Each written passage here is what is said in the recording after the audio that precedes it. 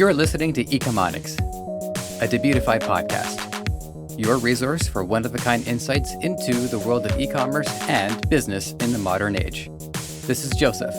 I'll be presenting a wealth of industry knowledge from interviews with successful business people and our own state-of-the-art research. Your time is valuable, so let's go.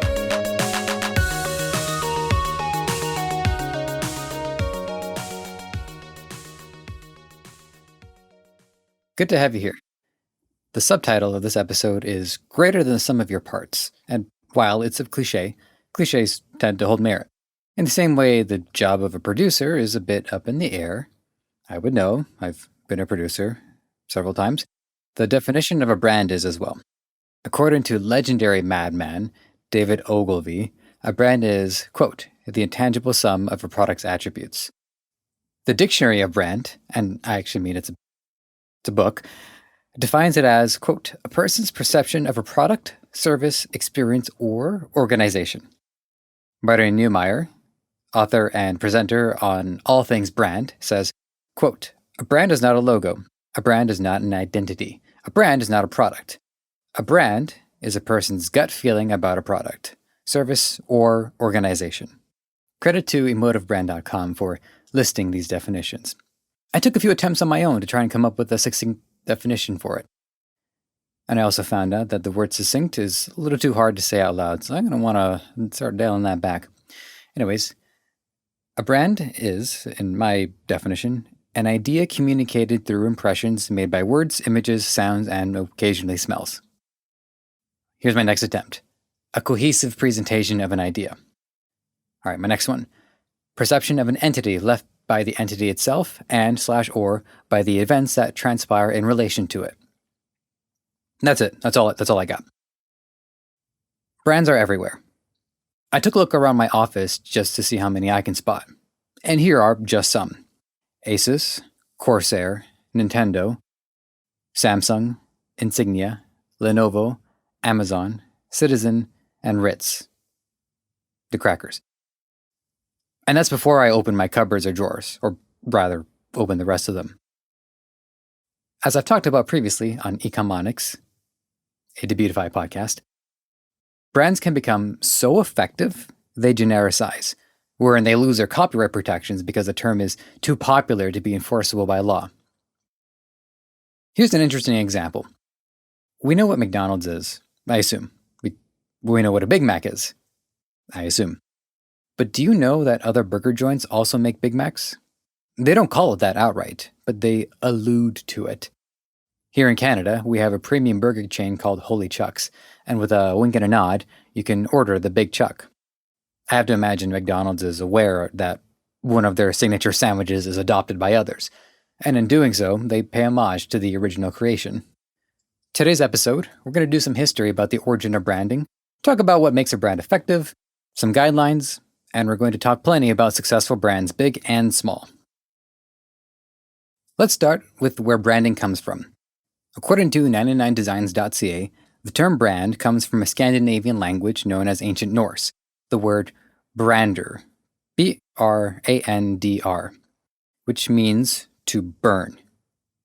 Now, at that time, what they were referring to is what we now know as a torch.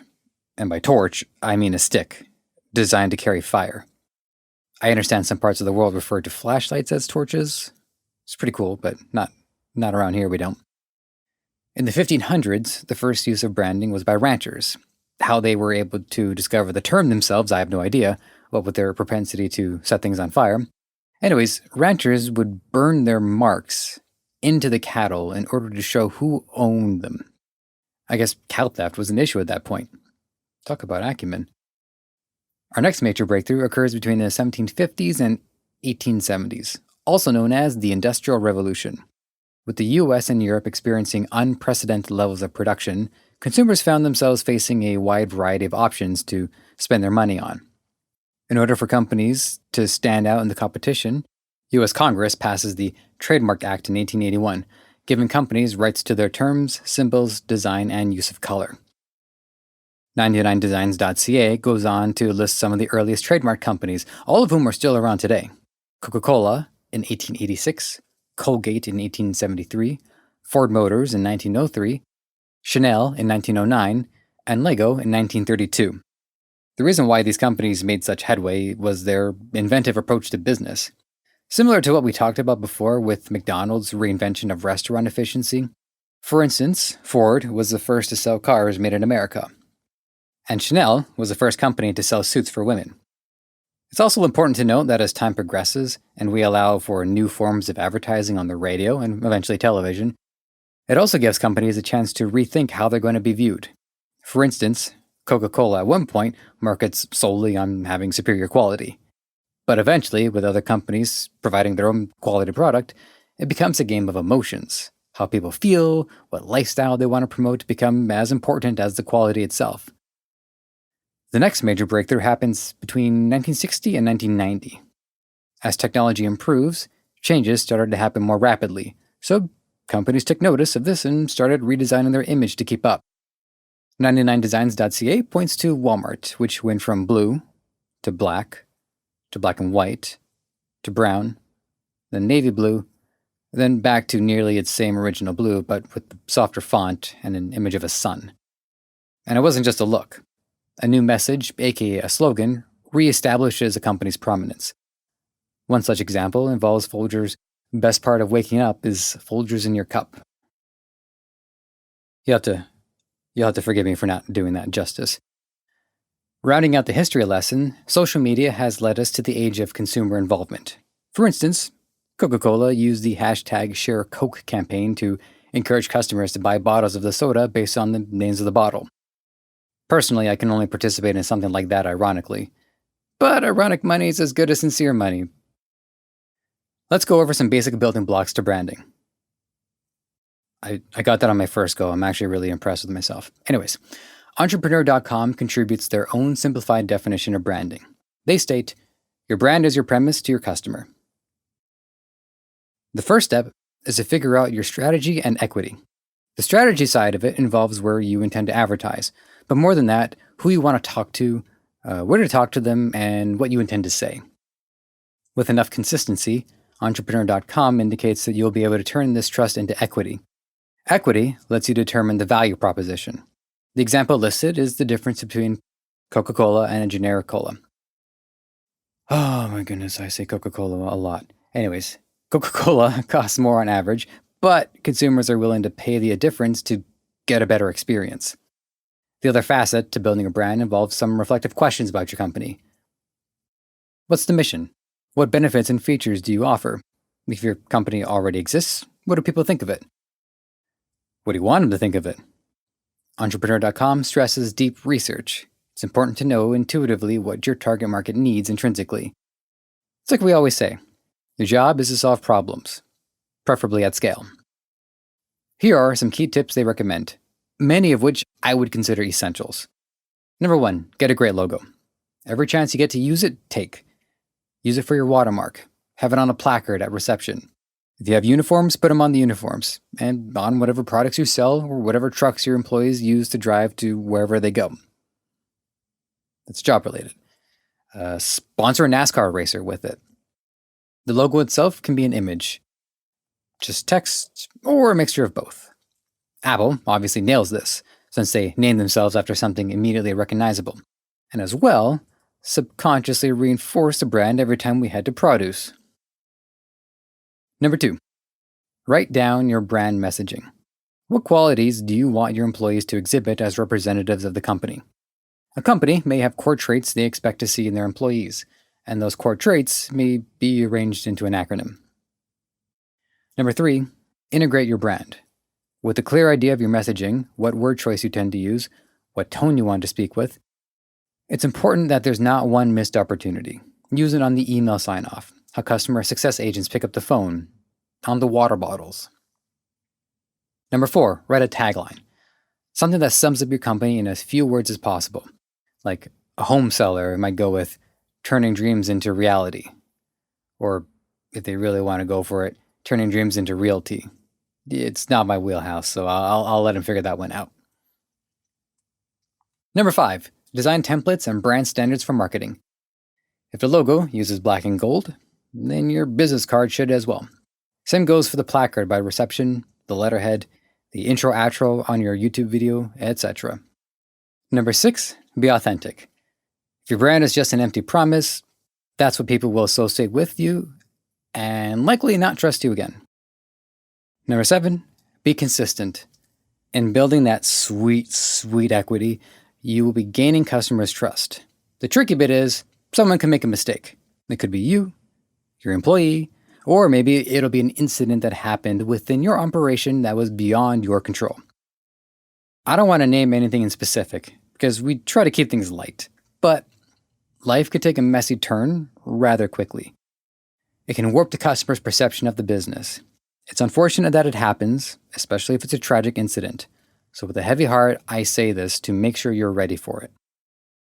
Let me give you some anecdotal examples that are more on the lighter side of things. When I was very young, my parents let me try Brio, an Italian cola. 8-year-old me loathed it. It was bitter beyond comprehension. Later on in life, I developed more of a tolerance for bitterness, becoming more of that quality myself, and as such, learned to love Brio. In fact, I would love to see an ad campaign along the lines of Brio, when you're ready, or you've grown up now. Sorry, I never thought I was going to tell this story on air.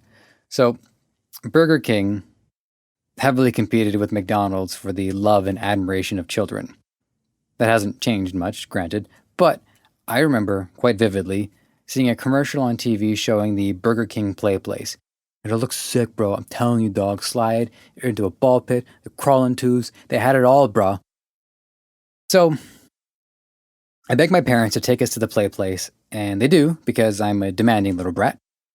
We get to the play place, and it makes preschool look like Six Flags. It was one kindergarten slide in the shape of an elephant, the trunk being the slide part, though I figured most of you could have worked that part out.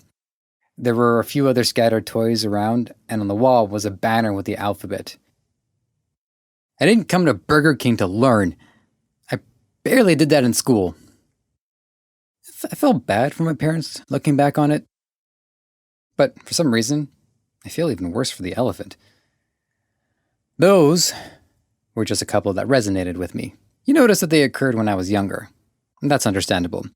The relationship between impact and influence is correlated to the impressionableness of the viewer. In a metatextual sense, the word brand is a bit ruined for me. I keep associating it with an unpleasant fellow who mocked me for using the word in relation to my own decision-making. We all got our burdens. Next up on the docket, we have some terminology that's important for you to know. These are sourced from blog.hubspot.com, and they all start with the word brand just for future reference. Number 1, awareness. Through your marketing, influence, and relation to the world at large, this is a metric you use in reference to how many people know who you are. Number 2, extension. This is where a company branches out, offering products and services generally in line with what people come to expect. HubSpot uses 2 examples: Honda, lawnmowers, and Martha Stewart, bedding.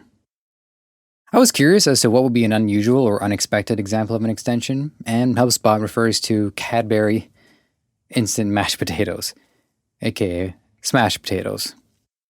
Before I even read the article, I knew they were going to point out people associate Cadbury with decadent chocolate, and sure enough, that was the case. On a fundamental level, the two are both edible products, but it is a loose association. Number 3, identity. We've gone over this a bit already. To sum it up, it's your personality. Number 4, management. Again, some retreaded ground here, but that's okay. It refers to how you handle what you are and are not in control of. However, one new warranted point is that your brand is a living, breathing asset and should be treated as such. Highly agreed. Number 5 is a split. You have recognition and recall. Recognition is how well certain assets of your brand can carry their relationship with the customer without the aid of any key indicators like the name spelled out. So for instance, the white and red of Coca-Cola could alone relate the audience to the soda without needing to see the words. Recall is even more subjective, as it relates to how someone remembers it in their mind without any prompt. Intentional anyways. Number 6, trust. An interesting statistic is that as of 2019, according to news.gallup.com, 32% of people trust big businesses only a little, with only 10% trusting them a great deal. And number 7 is valuation, which is also where equity is discussed in a tangible sense. The better valuation/equity you build, the more appealing it is to investors, shareholders, and potential buyers. It doesn't specify if they mean buyer of the product or buyer of the company, but again, that probably also is determined by equity. There's a particular trend in branding I want to touch on, and it's something that I personally find interesting, though I don't fully agree with it, and that is snark. I'll spell it out for you. SNARK. Social media is an apple orchard of biting wit and sick burns. We all want to see bad people put in their place, and I have respect for companies that are willing to stand their ground when the customer is being unreasonable. Credit to sproutsocial.com for the following data, and to adweek.com for directing me to it. A 2017 consumer poll states that 88% of consumers are annoyed when brands mock their fans. 71% find brands engaging in politics on social media annoying, as do I. But 3 out of 4 consumers appreciate brands having a sense of humor.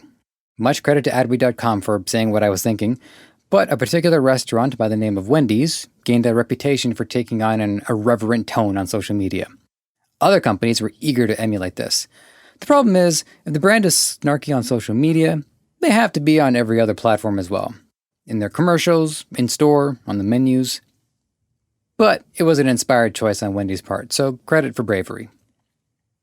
Now, I have a tendency to refer to big popular brands a lot of the time, both in this episode and on the show, and also in general. There's a reason why. I do this show worldwide. If you understand English or have a really good translator, you're a potential audience. I want to refer to companies most of us know so that we can learn more easily. And hey, you can't dispute success now, can you? With that said, I wanted to take some time and highlight some smaller brands and companies as well. Just to say that you don't need a 100-year or $1,000 head start to make a solid brand. In fact, when you consider how much exposure one image can have, the value from doing it right will mean more at a smaller scale where every success counts. Credit to referralcandy.com, gorilla360.com, and privy.com for the references. Number 1. Rent the Runway. While not a world I'm particularly knowledgeable about, what stuck out to me right away regarding the name is that it refers to something I've at least heard of, the runway. It also gives you a very clear idea of what the business is about, and it's not that small either. It's a 7-figure business that's been at it for 11 years. They also dominate on social media. Being able to rent dresses means one customer can display potentially dozens of outfits throughout a year, generating organic word of mouth for the business. Number 2, field notes. Quote, I'm not writing it down to remember it later, I'm writing it down to remember it now. As someone who habitually writes things down with pen and paper, I am always going to need another notebook. For the last 7 years, I've purchased a yearly agenda to use for plotting my day in advance. Field Notes offer a subscription service because their fan base enjoys their products so much, they kept refreshing the website waiting for updates. But even without that, they offer rugged, adventurous notebooks and writing material. They also have a specialized book for Dungeons & Dragons players, which, while taking place indoors, is certainly an adventure. Their product is more expensive than average, and to be fair, you could get the job done with any pen and paper, but you save money by investing in premium quality, as well as enjoy more peace of mind ordering from a product made in the US with passion and dedication. By the way, I'm not sponsored by anybody, just so you know. At least not yet. We'll see. Number 3, I couldn't resist. GoBobaGreen.com. I get to make my own bubble tea at home. A little bit about me, I love bubble tea. I love being able to drink something and can also chew. It's a satisfying drink to look at as well, which is why it's always served in a clear container. But ordering them off Uber Eats is wasteful spending. In the battle of time over money, it's leveraging time a lot more than it is money. Boba Green is environmentally conscious. 10% of the proceeds are donated to a nonprofit organization. The starter kit is $35 USD, but I already have most of this. The hard part for me has been finding good tapioca. So for $15 USD, plus another, $5 for shipping, I get 8 servings. Comparatively speaking, The last order I put in for bubble tea on Uber Eats, including tip, delivery fees, and extra tapioca, 20 USD. And that's as much as I'm going to talk about it. Number 4. While I was scanning my phone for the receipt, I noticed I had an email from Ownr. That's spelled OWNR. In an age where everyone has a chance to run a business, Ownr provides a cost-effective and painless way to register it. According to their site, which in the 5 minutes I opened it, prompted me with a chat message, invited me to ask questions. Sorry, hang on. I actually just want to order the tapioca before I forget. I'll remember. Okay. To incorporate on my own, it would cost between 12 to 1800 Canadian. But to incorporate with Ownr, it's 600 Canadian. And it puts the liability on their end since they're the ones offering the service. It can be intimidating to want to run a business, but one great way to get over that feeling is to actually become legit. Again, I'm not being paid for any of this. But not by the companies. Anyways. Number 5. I didn't plan on putting this one on the list. I wanted to find an electronics/tech-based brand to round this list out. Not that I have an issue with this, but certain markets like fashion and apparel are more prevalent online. But everyone needs clothes, not everybody needs a Fitbit. I get it. Anyways, number 5 is paintbynumbersonline.com. Not as concise a name as some of these other brand logos, but what it doesn't have in efficacy, it makes up for in nailing the online presentation. Truly an example of a product selling itself. Number 6. Okay, my last actual one on the list. Again, I don't really have one. This was a deliberate effort on my part to find an electronics e-commerce brand. This was surprisingly difficult. But I suspected something was up because I scanned through 100 brands on a list from Privy.com, and electronics wasn't even a category. A big part of this is that our relationship with clothing, as expensive as it can be, puts more of the onus on us. If it gets stained, we know whose fault that is. Electronics, on the other hand, we have an intrinsic sense of the fragility, and for that reason, we have a tendency to turn to big companies like Amazon or Best Buy for consistency and trust.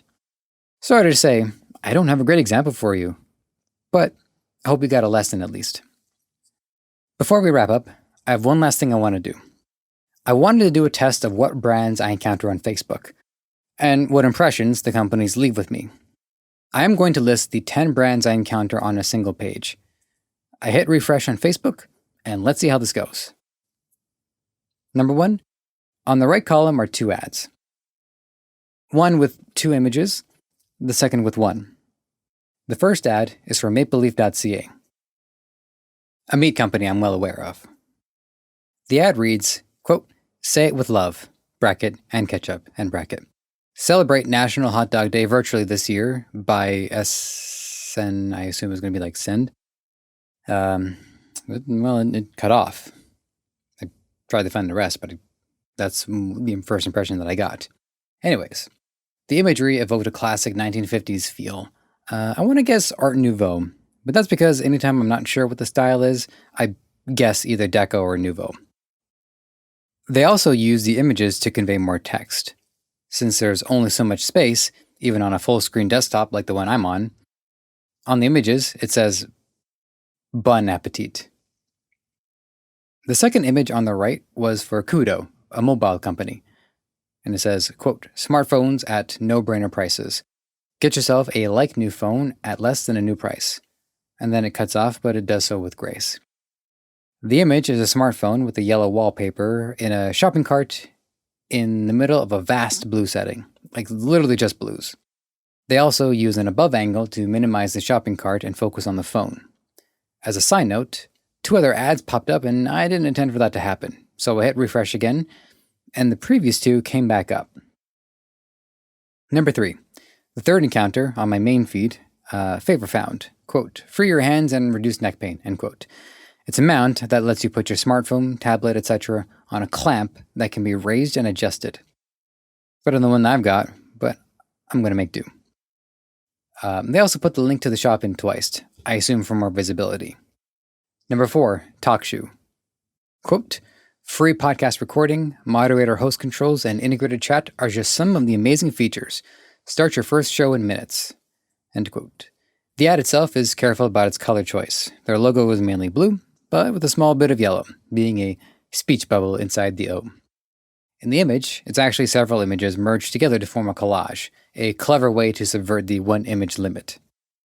Number 5, Arctic Steel. Quote, "Psst, love ice cubes, but hate the way it dilutes your drink. Winky face." End quote. The name is fitting. I visited the page, and at the moment, most of the activity, and by that I mean the comments, have been on the main ad. The Facebook page itself has very little activity.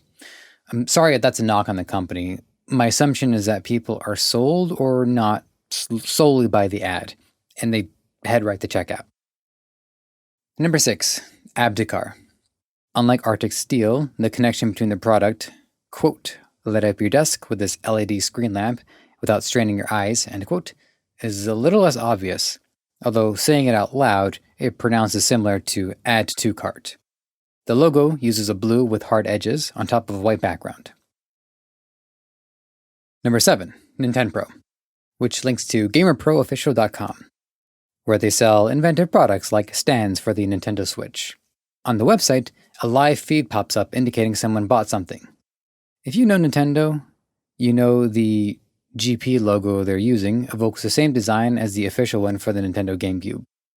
There is more activity on this than some of these other examples. Posting gamer memes on the Facebook page is an easy way to snag a few comments from fans. Number 8. At this point, I should let you know the only ads for number 3, as well as the only other ads that will come up on this list, are appearing on my news feed. And as well, smaller brands and one-off e-commerce sites are using this. It seems to me that the bigger companies are more likely to use the column ads on the right. Anyways, the next brand is Magical Cabin, and they're selling a screen mount. Now, this is something that I ended up buying myself at a Staples before I had seen the ad for it. Quote, "create the perfect work environment and reduce eye, wrist, back, and neck strain with this," end quote. Now, this product appears to have more adjustability than the one I bought, so I'm curious if I'm a doofus and never noticed mine had that feature too. Well, I looked at it, and it does, but it's worse. Heading over to the Facebook page, it sells a variety of linens and cushions, so not exactly what I was expecting from the consumer electronic product they hooked me with. Number 9, we have Sabinatech Audio. Quote, "world's smallest wireless stereo mic," end quote. Their logo uses a black S, but it's drawn as if the font were just diamonds, then white background and a black circle. Their Facebook page is lively, with live streams and giveaways. Instead of a static banner, they have a simple video ad with images and transitions. And at number 10, Orbitzeed. Quote, "enjoy cool air everywhere with the portable air conditioner," end quote. The logo is a white ring wrapped 2.5 times around a blue orb, symbolizing planet Earth, I assume, with gears and cogs subtly embedded in the image. Their Facebook page is lacking in finesse. The banner is a hodgepodge of selling points and a clipped image of a shopping cart. For an expensive product, this comes across as low trust. Now, what do we learn from that? Well, what I learned is that Facebook newsfeed is a battlefield and a frontier. If you've got a product you're ready to sell, that's where your competition will be as of today. You have a lot of opportunities to excel, and it all comes back to what we've been discussing. Good copy, clean, crisp imagery, a healthy, active community, a logo that resonates, a website that exudes confidence, and a product people can't say no to. Despite the range of quality, I can say every one of these products had a chance to be bought by me. But that's me. As I've talked about in our episode on advertising, there are more ways to sell than there are potential transactions. Some of this is supply and demand, but on a deeper level, consider the imagery used in religion, in nations both today and throughout history. When I say the Roman Empire, what comes to mind? The Roman Empire is long gone, but their legacy lives on throughout history. I mean, have you seen a peacock? Oof, they got their brand down pat. With such a fundamental quality, Perhaps the most simplistic way I can describe branding is how one is remembered. Thanks for listening. It has been great having you. I'm curious, what happens when you do the Facebook 10 challenge? What 10 brands do you see? How many are new, and did they leave a good impression? Let us know by emailing podcast@debutify.com. Take care. You might have found this show on any number of platforms: Apple Podcasts, Spotify, Google Play, Stitcher, or right here on Debutify. Whatever the case, if you enjoyed this content and want to help us thrive, please take a few moments to leave a review on Apple Podcasts or wherever you think is best. We also want to hear from you, so whether you think you'd be a good guest or want to weigh in on anything related to our show, you can email podcast@debutify.com or connect with us on Facebook, Twitter, Instagram, and TikTok. Finally, this podcast is created by the passionate team at Debutify.